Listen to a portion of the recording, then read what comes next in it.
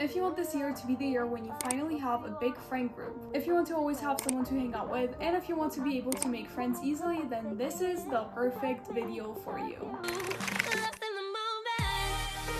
Hi internet best friends, and welcome back to my sleepover. Today's video is honestly just as much for me as it is for you, because this year I'm going to be going into a new year of college without really knowing anyone. So these are the tips that I would give to myself about making friends, and honestly that's how you know they're good, because I only give the best to myself. If you're new here, I promise I'm not always that annoying. But anyways, here are some of my favorite comments from you guys, and let's get right into this video. The first thing that I can tell you guys is that we tend to like people that remind us of ourselves, or people that we feel we have a lot in common with. So when you're talking to someone, make sure to point out your similarities. If they say that they like a certain band and you also like it, don't be afraid to say that. Even if it's something really small that you have in common, like you were taking the same English class, or you've read the same book, or you like the same color or something, point that out, but without being weird, because that is going to make the other person like you more. The second tip has to be said, because the best way that you can meet people that are actually more likely to become friends with you and that are more likely to be even a good match of friend for you is by joining after school activities and clubs, or your college activities and clubs that you really like, because that way you're going to meet the people who have the same interests as you, so it's going to be more likely for you guys to bond over that, and it's going to be easier to become friends with those people.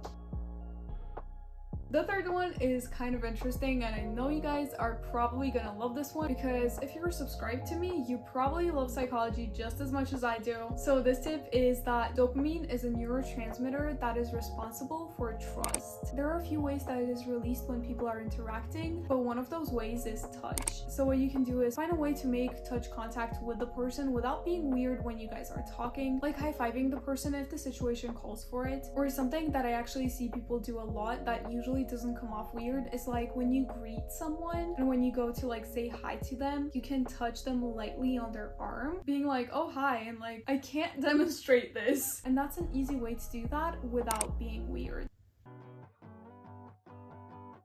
So the next one is, oh wait a second, I think the future is calling, let me take that. So here's a cool alternate question that you can ask someone instead of asking how was your day, that is going to make them like you more. And if you ask the question this way, then it's more likely to make the person think about the good feelings that they had in that day. And since you're going to be the one asking, those good feelings are going to be associated with you, which if you make someone feel good, they're going to like you more. So this isn't really for every single time or every single person. You still have to think when it's good to ask this and when it's not, and if the person is like, but basically it is asking what was the highlight of your day instead of how was your day, or what's something good or interesting that happened today. Well, that was a pretty good explanation, so I think I should get on to a different tip. And this one is actually a mistake that I've made so many times, and a mistake that I see a lot of other people make as well, and something that can kind of like really basically be bad for you when you're trying to make friends, which is that I myself and like a lot of people that I've seen sometimes really try to rush the friendship. Like, you've talked to the person 2 times and you expect to be the very best friends with them. You expect them to invite you out with their closest friends and be with you 24/7, and if they're not, you get kind of upset about it, and then you're like, well, I'm waving the white flag, they don't want to be friends with me, so I'm not gonna talk to them anymore. I've been there, honestly. But friendships are actually a really slow thing, so you gotta let it build up and not try to rush it. It's completely normal if you're just starting to talk to someone and you see their story out with friends and they didn't invite you. It's not because they don't like you, it's because you're not that close yet. So it's okay, just keep talking to them, keep building that friendship, and at some point you guys are going to be close enough for them to invite you. And you also have to take initiative yourself as well. Don't be afraid to ask that person to go somewhere with you. Don't be afraid to shoot them a text like, hey, I was thinking about going to the mall on Friday, would you like to come join me? And if you're asking that person to hang out with you, it's usually the best to ask them to hang out with you based on a shared interest. Like, if you know you guys like the same TV show, you guys like the same sport, or maybe you guys like the same music artist, or even something like skating in the park. The next one is something something you gotta be careful with, but something that can actually help you with making friends, and that's to help that person out with something if they need it. So if they're struggling with some subject in school that you know a lot about, you can offer them to help them with it. If you have some tips on the professor or the teacher that they're having this year that you had last year, you can give them tips on that professor if they need it. And when you help someone out, it's going to make them feel like you're really rooting for them and you're supporting them, which is going to make them like you more and make them want to be friends with you. But you really gotta walk a thin line here, because a lot of people might try to take advantage of you, and you gotta notice that. So those kinds of people, if you notice that they're only texting or calling you or talking to you if they need something, cut them out of your life. And with the people who are not really users, make sure that you still don't become just a person that is only there when you need to help that person, and then don't really have a friendship outside of that kind of like mutually beneficial or not even mutually beneficial relationship. Don't do it too often, but if you can help them out with something, help them out.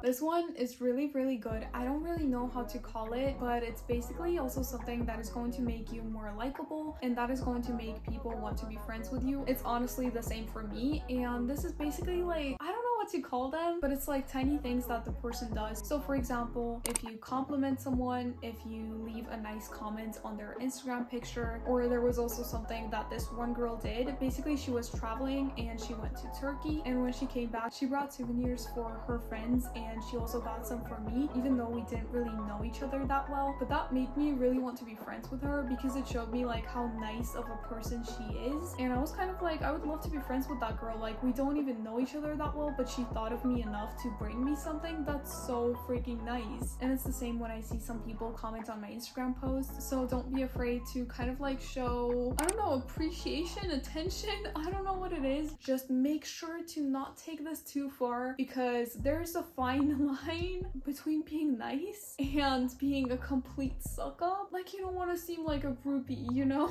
You want to be like, wow, this girl is pretty cool. Oh my god, she left a nice comment on my Instagram. I want to talk to her, and not like, oh my god, this girl literally comments on every single post. She texts me 24/7. I cannot get rid of her. She's everywhere. She gives me like 20 compliments in a single second. That's not something you want to do. Don't take it that far.